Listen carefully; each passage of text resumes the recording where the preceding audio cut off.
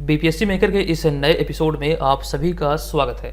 आज की इस वीडियो में 3 दिसंबर 2022 से संबंधित बिहार करंट अफेयर्स और साथ ही राष्ट्रीय और अंतर्राष्ट्रीय घटनाओं से करंट अफेयर्स के जितने भी प्रश्न हैं संबंधित सारी जानकारी आपको विस्तार पूर्वक दिया जाएगा। ध्यान रखें कि जितने भी छात्र इस श्रृंखला से पहली बार जुड़े हैं, आपको बता दूं इस श्रृंखला के सारे वीडियो, पीडीएफ, नोट्स आदि वो सभी बीपीएससी मेकर ऐप पर उपलब्ध है, जो कि आपके बिहार के सभी प्रतियोगी परीक्षाओं के दृष्टिकोण से काफ़ी ज़्यादा महत्वपूर्ण है। अब यहाँ पर हम आ चुके हैं आज के इस वीडियो के यानी कि पिछले वीडियो के प्रश्न पे। यह प्रश्न आपसे पिछले वीडियो में पूछा गया था। तो पिछले वीडियो का प्रश्न था कि हाल ही में बिहार के किस जिले की Lakshmi Jha Everest base camp तक पहुंचने वाली बिहार की पहली महिला बनी है। इस तरह के प्रश्न इंपॉर्टेंट होते हैं। संबंधित सारी जानकारी हमने आपको दिया था और आपको बतलाया था इसका राइट आंसर होगा ऑप्शन नंबर ए यानी कि सहरसा। कोशिश कीजिए कि जो भी प्रश्न आपसे पूछे जाते हैं आप लोग उसे कमेंट बॉक्स में लिखें और सारी जानकारी विस्तार पूर्वक लिखें। ध्यान रखिए हमारे सभी मटेरियल आपको बीपीएससी मेकर ऐप पर मिल जाएगा। रिसेंटली एक कोर्स लॉन्च हुआ है, 68वीं बीपीएससी प्री स्पेशल कोर्स है। ये हिंदी में आपके लिए उपलब्ध है एप्लीकेशन पर। इस कोर्स के अंतर्गत ये तमाम मटेरियल आपको वहाँ पर दिए जा चुके हैं। जो भी छात्र इस कोर्स को ज्वाइन किए हैं तो जाकर के सारे मटेरियल को वहाँ से प्राप्त कर सकते हैं। और रही बात, इस कोर्स में आपका टेस्ट सीरीज भी इंक्लूड है, इसकी शुरुआत हो चुकी है। ये 62 दिनों का टेस्ट सीरीज प्लान है जो कि आपको ध्यान रखना है। ये 62 दिनों में 62 टेस्ट यहाँ पर आपको मिलने वाला है, जिसमें कि 50 फुल लेंथ टेस्ट है और इसमें 12 सेक्शनल टेस्ट है। और 68वीं बीपीएससी एग्जाम जो है ये 12 फरवरी 2023 को प्रस्तावित है। तो ऐसे में इस एग्जाम को देखते हुए अपनी तैयारी का सही आकलन करने के लिए आप इस टेस्ट सीरीज को जरूर ज्वाइन करें। आपको ध्यान रखना ये आपका ऑनलाइन प्रैक्टिस सेट है जो कि विद एक्सप्लेनेशन यहाँ पर आपको मिलने वाला है। देखिए इस टेस्ट सीरीज की जो शुरुआत हुई है ये 1 दिसंबर 2022 से हुई है। ऐसे में बहुत सारे लोगों का ये पहला टेस्ट, दूसरा टेस्ट छूट चुका होगा। अगर आपके भी मन में ये सवाल उठ रहा है कि जो टेस्ट छूट चुका है वो बाद में नए छात्र जो इसे ज्वाइन करेंगे उसे मिलेगा या फिर नहीं, जैसे कि अभी तक इसमें 2 टेस्ट अपडेट किया जा चुका है, तो अगर आप अभी भी ज्वाइन करेंगे तो ये सारा टेस्ट यहाँ पर आपको मिल जाएगा। तो इसलिए यहाँ से आपको ध्यान रखना कि जितने भी छात्र अभी तक से ज्वाइन नहीं किए हैं तो अभी एक ऑफर चल रहा है, ऑफर का लाभ उठाकर आप इसमें पार्टिसिपेट कर सकते हैं। और आप ध्यान रखेंगे इस टेस्ट सीरीज वाले कोर्स में ये तमाम नोट्स आपको मिलने वाले हैं। थोड़ी देर पहले मैंने आपको इसका कवर पेज भी दिखलाया था। तो आज के इस वीडियो का हमारा पहला प्रश्न है कि आरके सिंह ने हाल ही में किस राज्य में 10 मोबाइल हेल्थ क्लिनिक का उद्घाटन किया है। इंपॉर्टेंट प्रश्न है बिहार करंट अफेयर्स के दृष्टिकोण से। तो इस प्रश्न का हमारा राइट आंसर होगा ऑप्शन नंबर सी, बिहार इस प्रश्न का राइट आंसर है। अब यहाँ पर इनसे संबंधित हमारा पहला पॉइंट है कि केंद्रीय नवीन एवं नवीनकरणीय ऊर्जा मंत्री आरके सिंह ने बिहार में भोजपुर जिले के आरा सदर अस्पताल में 10 मोबाइल हेल्थ क्लिनिक का शुरुआत की है। ये यहाँ से आपको ध्यान रखना है। 10 मोबाइल हेल्थ क्लिनिक की शुरुआत अभी हाल ही में केंद्रीय नवीन एवं नवीनकरणीय ऊर्जा मंत्री आरके सिंह द्वारा किया गया है बिहार के भोजपुर जिले के आरा सदर अस्पताल में। ये यहाँ से आपको ध्यान रखना है। और इस 10 मोबाइल हेल्थ क्लिनिक के जरिए डॉक्टर आपके द्वार योजना को भी काफी बल मिलेगा। ये यहाँ से ध्यान रखिए, इनसे संबंधित ये पॉइंट है। इसका उद्देश्य क्या है, यानी कि जो 10 मोबाइल हेल्थ क्लिनिक की जो शुरुआत हुई इसका मुख्य उद्देश्य है कि जिले में जो मतलब स्वास्थ्य से संबंधित योजनाएं हैं इसको एक प्रकार की नई दिशा मिले और बेहतर से बेहतर तरीके से कार्य किया जाए। इसको लेकर के अभी हाल ही में इसकी शुरुआत हुई है। और यहाँ पर अगले पॉइंट में हमने कुछ एक्स्ट्रा फैक्ट की जानकारी आपको दिया है। जैसे कि यहाँ पर हमारा अगला पॉइंट है कि स्वतंत्रता सेनानी वीर कुंवर सिंह का जो जन्म है, वीर कुंवर सिंह का जन्म 13 नवंबर 1777 को शाहाबाद जिला बिहार में हुआ था।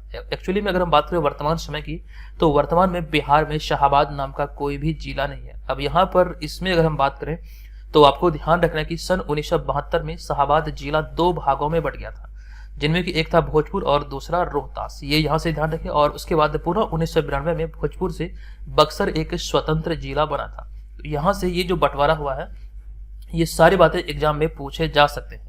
कई बार आपने देखा होगा कहीं बहुत जगह जिक्र होता है कि वीर कुंवर सिंह का जन्म शाहाबाद जिला बिहार में हुआ है, लेकिन वर्तमान समय के दृष्टिकोण से देखें वीर कुंवर सिंह का जन्म वर्तमान स्थिति के अनुसार कहाँ हुआ है तो ये भोजपुर में हुआ है। आपको ध्यान रखना है भोजपुर जिले के जगदीशपुर में हुआ है। ये यहाँ से आपको नोट कर लेना है। और रही बात बक्सर की तो बक्सर भोजपुर से ही स्वतंत्र एक जिला बना है।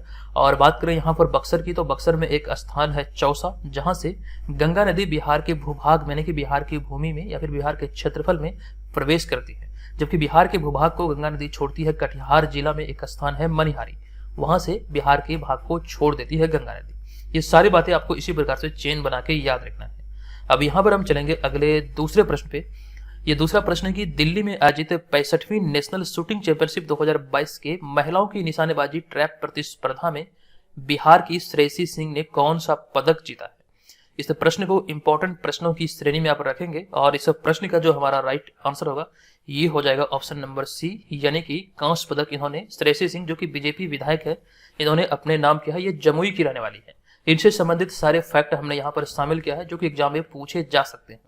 तो आपको ध्यान रखना कि 65वीं नेशनल शूटिंग चैंपियनशिप 2022 का जो आयोजन है ये नई दिल्ली में हाल ही में किया गया और इसके तहत आप ध्यान रखेंगे इसमें बिहार विधानसभा की सदस्य सुश्री श्रेयसी सिंह ने महिलाओं की निशानेबाजी ट्रैप प्रतिस्पर्धा में कांस्य पदक यानी कि ब्रॉन्ज मेडल जीतकर बिहार को गौरवान्वित किया है। ये यहाँ से आपको नोट कर लेना है। ब्रॉन्ज मेडल अभी हाल ही में इन्होंने 65वीं नेशनल शूटिंग चैंपियनशिप 2022 में अपने नाम किया है। और हम बात करें यहाँ पर श्रेयसी सिंह की, तो भाजपा विधायक श्रेयसी सिंह बिहार के जमुई जिले की रहने वाली है और इनकी कुछ उपलब्धियों की बात करें तो आपको ध्यान रखना राष्ट्रमंडल खेल 2014 में इन्होंने सिल्वर मेडल अर्थात रजत पदक अपने नाम किया था और राष्ट्रमंडल खेल 2018 में आपको ध्यान रखना स्वर्ण पदक इन्होंने अपने नाम किया था। ये चीजें यहाँ से आप ध्यान रखेंगे, ये सारे फैक्ट एग्जाम में पूछे जाने की प्रबल संभावना रखती है। और बात है यहाँ पर जमुई की, तो जमुई के बारे में हाल ही में मैंने कई सारी जानकारी आपको दिया है। अगर आप बीपीएससी जैसे एग्जाम की तैयारी कर रहे हैं, जब भी आपको जमुई दिखे तो जमुई से संबंधित सारे फैक्ट जो एग्जाम में पूछे जा सकते हैं, रिसेंटली जो घटित हुए हैं, वो सारे प्रश्न आपके माइंड में क्लिक होना चाहिए। जमुई की बात है तो नागी नकटी पक्षी अभ्यारण्य जमुई में है और इसी पक्षी अभ्यारण्य में जो बिहार का पहला पक्षी महोत्सव कलरव है, बिहार में पक्षी महोत्सव कलरव नाम से मनाया गया 2021 में, ये जमुई के नागी नकटी में ही आयोजित किया गया था। और जमुई की बात है तो केंद्र सरकार ने हाल ही में इस बात की पुष्टि की थी कि भारत में जितने भी स्वर्ण खदान मौजूद है, यानी कि मौजूदा समय में जितने भी स्वर्ण खदान है उनमें से 44% जो हिस्सा है वो पूरा का पूरा जमुई में है, जिसकी पुष्टि अभी हाल ही में केंद्र सरकार द्वारा की गई थी। हालांकि इसके अतिरिक्त और भी बहुत सारे फैक्ट है जिसकी जानकारी हमने आपको इसी करंट अफेयर्स की श्रृंखला के तहत दिया है। तो आप लोग रेगुलर बने रहें और वीडियो को रिवाइज जरूर करें, इससे आपकी तैयारी बेहतर होगी। अब यहाँ पर हम आ चुके हैं तीसरे प्रश्न पे। हमारा तीसरा प्रश्न है कि निम्नलिखित में से किसे हाल ही में para sports person of the year चुना गया है। तो इस प्रश्न का हमारा राइट आंसर होगा, यहाँ पर आप इस तस्वीर को देखकर आई थिंक आप समझ चुके होंगे इसका राइट आंसर क्या होगा। इसका राइट आंसर है ऑप्शन नंबर सी, यानी कि अवनी लेखरा जो कि जयपुर की रहने वाली है। इनसे संबंधित जो टोक्यो 2020 भी हाल ही में आयोजित हुआ था वहां से बहुत सारे प्रश्न बने थे, मैंने आपको बतलाया था। एक प्रश्न जो बहुत इंपॉर्टेंट है उसका भी जिक्र यहाँ पर हमने किया है। हालांकि यहाँ पर हम पहले पॉइंट की बात करें तो इसमें हमारा पहला पॉइंट हो जाएगा federation of Indian chambers of commerce and industry यानी कि फिक्की के टर्फ 2022 और इंडिया स्पोर्ट्स अवार्ड में अवनी लेखरा को para sports person of the year चुना गया। ये यहाँ से आपको ध्यान रखना है। हालांकि कुछ और भी अवार्ड प्रदान किए गए, जैसे कि यहाँ पर आपको ध्यान रखना कि पूर्व रणजी क्रिकेटर सरकार तलवार को life time achievement of the year award से सम्मानित किया गया, जबकि वहीं पर इसके अतिरिक्त श्रेय कादियान को special sports person of the year, RB Ramesh को सर्वश्रेष्ठ पुरुष कोच और नवनीता लाल कुरैशी को सर्वश्रेष्ठ महिला कोच चुना गया। ये सारी बातें हैं जो कि अभी हाल ही में यहाँ से मतलब इन लोगों को सम्मानित किया गया है। ये सभी को अपनी कॉपी में नोट कर लीजिएगा, इनमें से कोई भी आपके एग्जाम में पूछे जा सकते हैं। हम बात करें यहाँ पर अगले पॉइंट में अवनी लेखरा की, तो अवनी लेखरा जयपुर राजस्थान की रहने वाली है। जयपुर को पिंक सिटी के नाम से जाना जाता है और वह पैरालंपिक में 2 पदक जीतने वाली एकमात्र भारतीय महिला बन गई। एक ही इवेंट में या फिर कह सकते हैं एक ही संस्करण में पैरालंपिक में 2 पदक जीतने वाली एकमात्र भारतीय महिला है। ये राजस्थान के जयपुर की रहने वाली है। इनका नाम है अवनी लेखरा। इंपॉर्टेंट प्रश्न है, ये प्रश्न आपके एग्जाम में पूछा हुआ प्रश्न है। रिसेंटली कोई एग्जाम आयोजित हुआ था, मुझे याद तो नहीं, लेकिन ये प्रश्न एग्जाम में पूछा जा चुका है, तो ये ध्यान रखिएगा। अब यहाँ पर हम चलते हैं अगले चौथे प्रश्न पे। यह प्रश्न है कि रिजर्व बैंक ने डिजिटल रुपी की पहली पायलट प्रोजेक्ट 4 शहरों में लॉन्च किया है, इनमें से कौन सा शहर शामिल नहीं है। अब देखिए यहाँ पर इन 4 शहरों की बात करें तो इनमें से कोलकाता शामिल नहीं है, तो ऐसे में ऑप्शन नंबर डी यहाँ पर इस प्रश्न का राइट आंसर होगा। इन 4 शहरों में एक तो है दिल्ली, एक है मुंबई और एक है बेंगलुरु और एक अन्य जो है यह है भुवनेश्वर, जबकि कोलकाता इसमें शामिल नहीं है। यही यहाँ पर प्रश्न पूछा गया है कि कौन इसमें शामिल नहीं है, तो इसका राइट आंसर हो जाएगा ऑप्शन नंबर डी यानी कि कोलकाता। अब यहाँ पर हम इसके एक्सप्लेनेशन की बात करें तो इसमें आपको ध्यान रखना है कि आरबीआई अर्थात रिजर्व बैंक ऑफ इंडिया के डिजिटल रुपी की पहल पायलट प्रोजेक्ट 1 दिसंबर 2022 को लॉन्च किया गया है और इसके तहत आपको ध्यान रखना ये पायलट प्रोजेक्ट सबसे पहले दिल्ली, मुंबई, बेंगलुरु और भुवनेश्वर में लॉन्च किया गया है। और इसमें हमारा अगला पॉइंट है कि साथ ही रिजर्व बैंक ने पायलट प्रोजेक्ट के लिए 8 बैंकों की पहचान की है और इसके पहले फेज में 4 बैंक जिसमें कि भारतीय state bank, ICICI bank, yes bank और एचडीएफसी फर्स्ट बैंक को चुना गया है। तो ये भी आपको ध्यान रखना, कुल मिलाकर इस पायलट प्रोजेक्ट के लिए 8 बैंकों का चयन किया गया है। लेकिन शुरुआती चरण में यानी कि पहले फेज में इसमें 4 बैंकों का चयन हुआ है, जिसमें कि भारतीय state bank, ICICI bank, yes bank और एचडीएफसी फर्स्ट बैंक शामिल है। बात है यहाँ पर रिजर्व बैंक की, तो रिजर्व बैंक के बारे में एक जानकारी यहाँ पर ये ध्यान रखेगा कि हाल ही में नवंबर 2022 में एचडीएफसी और केनरा बैंक को रूस के साथ रुपया व्यापार के लिए भारत के केंद्रीय bank reserve bank of India की मंजूरी मिली है। ये सारी जानकारी हमने आपको हाल ही में नवंबर 2022 में विस्तार पूर्वक दिया है। तो इस श्रृंखला के सारे वीडियो आपके लिए बहुत बहुत इंपॉर्टेंट है। आपके बिहार की प्रतियोगी परीक्षा में आपको बहुत हेल्प यहाँ से मिलने वाली है। ऊपर एक वीडियो का लिंक मैं दे रहा हूँ आई बटन पे, आप वहां पर जाकर इस वीडियो को देखिएगा कि जो एग्जाम रिसेंटली अभी आयोजित हुए हैं बिहार में, इसमें हमारे मटेरियल से कितने सारे प्रश्न पूछे गए हैं। और रही बात इस श्रृंखला की, अगर आपको लगे कि इस श्रृंखला से आपकी हेल्प हो रही है तो प्लीज वीडियो को लाइक कीजिए और चैनल को सब्सक्राइब करके हमें सपोर्ट जरूर कीजिए। आज की इस वीडियो का टारगेट मैं आपको दे रहा हूँ 600 लाइक। आप लोग वीडियो देखते हैं लेकिन वीडियो लाइक नहीं करते हैं, तो आज के इस वीडियो के लाइक का टारगेट को आप लोग जरूर पूरा कीजिएगा। सबसे पहले वीडियो को लाइक कीजिए, उसके बाद हम लोग चलते हैं अगले प्रश्न पे। अगला होगा 5वां प्रश्न। ये प्रश्न की हाल ही में भारतीय मूल की कितनी महिलाओं को ऑस्ट्रेलिया में STEM सुपरस्टार के तौर पर चयनित किया गया है।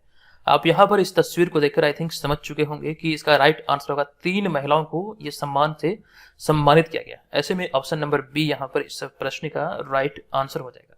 इसके साथ हमारा पहला पॉइंट है कि ऑस्ट्रेलिया में STEM सुपरस्टार के तौर पर हाल ही में 60 वैज्ञानिकों, प्रौद्योगिकीविदों, इंजीनियरों और गणितज्ञों का चयन किया गया। कुल मिलाकर 60 वैज्ञानिक, प्रौद्योगिकीविदों, इंजीनियर और गणितज्ञ का चयन किया गया है। भारत की दृष्टिकोण से देखें तो आपको ध्यान रखना है जिनमें भारतीय मूल की 3 महिला वैज्ञानिकों को ऑस्ट्रेलिया की STEM सुपरस्टार के तौर पर चयनित किया गया है। और इन 3 महिलाओं के नाम की बात करें तो इनमें आपको ध्यान रखना है कि नीलिमा काडियाला, डॉक्टर एना बाबुरमानी और डॉक्टर इंद्राणी मुखर्जी शामिल है। ये तीनों नाम यहाँ से आपको ध्यान रखना है, एग्जाम में पूछे जाने की प्रबल संभावना है। अब यहाँ पर देखिए बात हुई ऑस्ट्रेलिया की, तो ऑस्ट्रेलिया के बारे में हमने एक पॉइंट यहाँ पर शामिल किया है। ये पॉइंट यहाँ पर यह कि भारत ऑस्ट्रेलिया की सेनाओं के बीच संयुक्त सैन्य अभ्यास ऑस्ट्रा हिंद 22 का जो संस्करण है हाल ही में आयोजित हुआ। और आपको ध्यान रखना है इसका आयोजन जो हुआ था ये राजस्थान में महाजन फील्ड फायरिंग रेंज में किया गया। ये आपको यहाँ पर ध्यान रखना है। ऑस्ट्रा हिंद ये भारत और ऑस्ट्रेलिया के बीच आयोजित होने वाला एक संयुक्त सैन्य अभ्यास है। और साथ ही साथ एक पॉइंट ये भी हमने लिखा है कि 10 अप्रैल 2022 को संपन्न formula 1 car race Australia Grand Prix 2022 का खिताब फेरारी के चार्ल्स लेक्लर्क ने जीता। ये भी इंपॉर्टेंट प्रश्न है, हालांकि ये सारी जानकारी हमने विस्तार पूर्वक पहले भी दिया है। यहाँ पर इस दोनों पॉइंट को हमने रिवीजन पर्पज से ऐड किया था। नेक्स्ट होगा हमारा यहाँ पर 6ठा प्रश्न। ये प्रश्न है कि मरियम वेबस्टर ने निम्नलिखित में से किसे वर्ष 2022 के लिए वर्ड ऑफ द ईयर घोषित किया है। मरियम वेबस्टर के अनुसार जो डिक्शनरी है इसके अनुसार वर्ष 2022 का जो वर्ड चुना गया है इसका राइट आंसर होगा ऑप्शन नंबर ए, यानी कि गैस लाइटिंग। आपको ध्यान रखना ऑप्शन नंबर ए यहाँ पर इसका राइट आंसर होगा। अब यहाँ पर आपको जानकारी दे दूं कि हाल ही में मरियम वेबस्टर डिक्शनरी ने वर्ष 2022 के लिए गैस लाइटिंग को वर्ड ऑफ द ईयर घोषित किया है। अब यहाँ पर हम बात करें गैस लाइटिंग का अर्थ क्या होता है, तो गैस लाइटिंग का अर्थ है माइंड मैनिपुलेटिंग। तो यानी कि आपको अगर हम हिंदी में समझाने का प्रयास करें डिक्शनरी के आधार पर तो धोखेबाज या फिर गुमराह करने का कार्य या फिर इसका अभ्यास करना ही ये कहा जाता है गैस लाइटिंग। अब यहाँ पर इनसे संबंधित कुछ जानकारी और भी है, जैसे कि मरियम वेबस्टर के अनुसार गैस लाइटिंग शब्द की उत्पत्ति 1938 में एक नाटक से हुई थी, जिसमें एक व्यक्ति अपनी पत्नी को यह विश्वास दिलाने का प्रयास करता है कि वह पागल हो रही है, यानी कि उसके माइंड को मैनिपुलेट किया जा रहा है या फिर गुमराह किया जा रहा है। तो मरियम वेबस्टर डिक्शनरी के अनुसार इस शब्द की यानी कि गैस लाइटिंग शब्द की जो उत्पत्ति हुई है एक नाटक के माध्यम से 1938 में हुई थी। ये यहाँ से आपको ध्यान रखना है। अब 1938 की बात है तो एक प्रश्न यहाँ पर मैं आपसे पूछ रहा हूँ कि 1938 का जो कांग्रेस अधिवेशन था ये कहाँ हुआ था और इसकी अध्यक्षता किसने की थी। ये बहुत इंपॉर्टेंट है, कमेंट कीजिएगा, देखते हैं कितने लोगों को ये जानकारी प्राप्त है। अब यहाँ पर इसमें हमारा अगला पॉइंट है, दोनों के दोनों अति महत्वपूर्ण है। हाल ही के दिनों में हमने आपको बताया कि Cambridge dictionary word of the year 2022 चुना गया होमर शब्द को, जबकि हम बात करें कॉलिन्स डिक्शनरी की तो वर्ड ऑफ द ईयर 2022 चुना गया परमा क्राइसिस को। यहाँ पर होमर लिखा गया है। होमर कैम्ब्रिज डिक्शनरी का वर्ड ऑफ द ईयर 2022 चुना गया परमा क्राइसिस कॉलिन्स डिक्शनरी का। जबकि हम बात करें एम पॉक्स की तो WHO ने अभी हाल ही में जो मंकी पॉक्स है इसका नाम बदलते हुए एम पॉक्स किया है। तो ये सारी बातें यहाँ से ध्यान रखिएगा। चलते हम अगले प्रश्न पे। अगला है 7वां प्रश्न। ये प्रश्न है कि श्री श्री रविशंकर को निम्नलिखित में से किस देश में हाल ही में 2 एमिसरी ऑफ पीस अवार्ड से सम्मानित किया गया है। तो इस प्रश्न का हमारा राइट आंसर होगा ऑप्शन नंबर ए, यानी कि अमेरिका। अब यहाँ पर आपको जानकारी दे दूं कि हाल ही में भारतीय आध्यात्मिक नेता एवं वैश्विक स्तर पर मानवता की वकालत करने वाले श्री श्री रविशंकर को अमेरिकी शहर मेम्फिस में राष्ट्रीय नागरिक अधिकार संग्रहालय द्वारा प्रतिष्ठित the emissary of peace award से सम्मानित किया गया। ये यहाँ से आपको ध्यान रखना, अमेरिकी शहर मेम्फिस में ये सम्मान इन्हें श्री श्री रविशंकर को दिया गया है। अब यहाँ पर इसमें हमारा अगला पॉइंट है, श्री श्री रविशंकर का जन्म 13 मई 1956 को तमिलनाडु में हुआ था। और हम बात करें यहाँ पर इनके बारे में एक और पॉइंट की, तो एक गैर सरकारी संगठन है जिसका नाम है आर्ट ऑफ लिविंग, तो इसके संस्थापक हैं श्री श्री रविशंकर। ये भी खबरों में, तो ये प्रश्न एग्जाम में पूछे जा सकते हैं, नोट कर लीजिएगा। अब यहाँ पर श्री श्री रविशंकर के सम्मान की बात करें तो इन्हें कुछ सम्मान दिए गए, उनमें से जो महत्वपूर्ण है एग्जाम में पूछे जा सकते हैं, तो इनमें हमारा पहला पॉइंट है कि मंगोलिया का सर्वश्रेष्ठ पुरस्कार यानी कि जो सर्वोच्च पुरस्कार है ऑर्डर पॉलिस्टार, इन्हें 2006 में इस पुरस्कार से सम्मानित किया गया था। जबकि एक और पॉइंट है पद्म विभूषण, जो कि भारत सरकार द्वारा प्रदान किया गया वर्ष 2016 में। पद्म विभूषण की बात करें तो ये भारत का दूसरा सर्वोच्च नागरिक सम्मान है। पहला है भारत रत्न, दूसरा है पद्म विभूषण, तीसरा है पद्म भूषण और चौथा है पद्मश्री। ये चीजें यहाँ से ध्यान रखना है। पद्म भूषण से इन्हें भारत सरकार द्वारा वर्ष 2016 में सम्मानित किया गया था। अगला यहाँ पर हमारा होगा 8वां प्रश्न। ये प्रश्न है कि 53वें भारतीय अंतर्राष्ट्रीय फिल्म महोत्सव में किस देश की फिल्म नारगेसी ने ICFT यूनेस्को गांधी पुरस्कार जीता है? तो इस प्रश्न का हमारा राइट आंसर हो जाएगा ऑप्शन नंबर यहाँ पर डी, यानी कि ये जो फिल्म है नारगेसी, ये एक ईरानी फिल्म है। तो ऐसे में ऑप्शन नंबर डी यहाँ पर इस प्रश्न का राइट आंसर होगा। अब यहाँ पर इसके एक्सप्लेनेशन की बात करें तो हमारा सबसे पहला पॉइंट है कि 53वें भारतीय अंतर्राष्ट्रीय फिल्म महोत्सव का आयोजन पणजी, जो कि गोवा की राजधानी है, यहीं पर इसका आयोजन किया गया, जिसमें ईरानी फिल्म नारगेसी ने ICFT यूनेस्को गांधी पुरस्कार जीता है। ये यहाँ से ध्यान रखिए, ऑप्शन नंबर डी इस प्रश्न का राइट आंसर है। और यह फिल्म महात्मा गांधी के शांति, सहिष्णुता और अहिंसा के आदर्शों को दर्शाती है। और इसे फिल्म की बात करें तो इसका निर्देशक है पायम अस्कंदरी। ये भी एग्जाम में पूछे जा सकते हैं। अब यहाँ पर हमारा अगला पॉइंट है कि इस पुरस्कार के लिए यानी कि ICFT यूनेस्को गांधी पुरस्कार के लिए दुनिया भर से 9 फिल्मों का चयन किया गया था। जो नॉमिनेशन हुआ था ये 9 फिल्मों का हुआ था, लेकिन इसमें पुरस्कार मिला ईरानी फिल्म नारगेसी को। अब यहाँ पर इन 9 फिल्मों की बात करें तो इनमें से भारत के 3 फिल्म शामिल थे जो कि विभिन्न भाषा के फिल्म थे। इनमें हम बात करें भारत के तीनों फिल्मों की तो सऊदी वेलक्का, जो कि भारत की एक फिल्म थी, द कश्मीर फाइल भारत की फिल्म, और साथ साथ नानू कुसुमा, जो कि कन्नड़ भाषा की फिल्म थी भारत की। ये 3 भारतीय फिल्म इस दौड़ में शामिल थी। इसके अतिरिक्त बांग्लादेश, ताजिकिस्तान, बुल्गारिया, ईरान और इसके अलावा पुर्तगाल और कनाडा की फिल्म शामिल थी। कुल मिलाकर 9 फिल्म इसमें शामिल था, लेकिन ये अवार्ड मिला ईरानी फिल्म नारगेसी को। अगला यहाँ पर हमारा होगा 9वां प्रश्न। ये प्रश्न कि हाल ही में भारत ने किस देश को 100 मिलियन अमेरिकी डॉलर की वित्तीय सहायता प्रदान की है? इंपॉर्टेंट प्रश्न है। इसका राइट आंसर होगा ऑप्शन नंबर डी, यानी कि मालदीव को यह सहायता राशि प्रदान की गई है। ऐसे में यहाँ पर हमारा पहला पॉइंट है कि मालदीव को अपनी आर्थिक समस्याओं से निपटने में मदद करने के लिए भारत सरकार की हाल ही में, देखिए भारत सरकार ने यहाँ पे की नहीं बल्कि नहीं होगा, भारत सरकार ने हाल ही में 100 मिलियन अमेरिकी डॉलर की वित्तीय सहायता प्रदान की है। ये यहाँ से आपको ध्यान रखना है। हमारा इसमें अगला पॉइंट है कि एक समारोह में केंद्रीय विदेश मंत्री एस जयशंकर ने मालदीव को यह राशि सौंपी है। नेक्स्ट पॉइंट यहाँ पर मालदीव से संबंधित है कि मई 2021 में केंद्रीय मंत्रिमंडल ने मालदीव के अड्डू शहर में भारत के एक नए वाणिज्य दूतावास को खोलने की मंजूरी दी थी।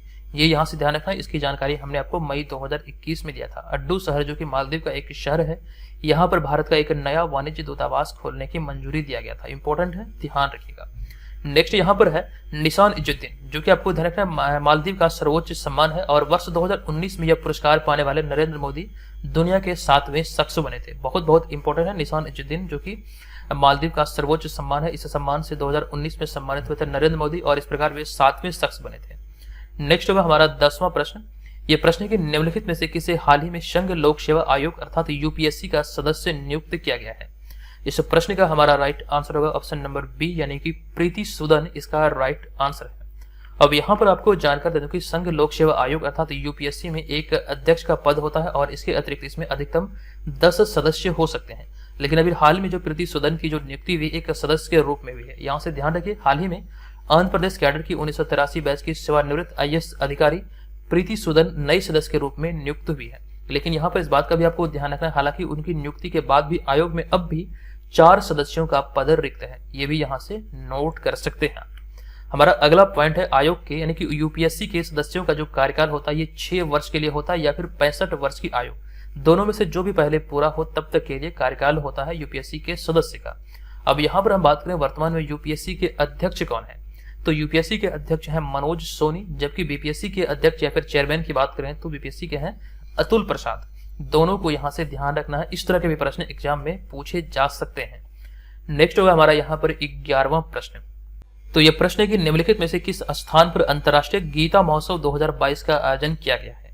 इस प्रश्न का राइट आंसर होगा ऑप्शन नंबर बी, यानी कि हरियाणा। आपको ध्यान रखना कि हाल ही में 19 नवंबर से 6 दिसंबर 2022 तक कुरुक्षेत्र हरियाणा में, यहाँ पर देखिए हाल ही में लिखना था, तो हाल ही में 19 नवंबर से 6 दिसंबर 2022 तक कुरुक्षेत्र हरियाणा में सरस मेले, शिल्प मेले के साथ अंतर्राष्ट्रीय गीता महोत्सव 2022 का आयोजन किया गया। ये यहाँ से आपको ध्यान रखना है।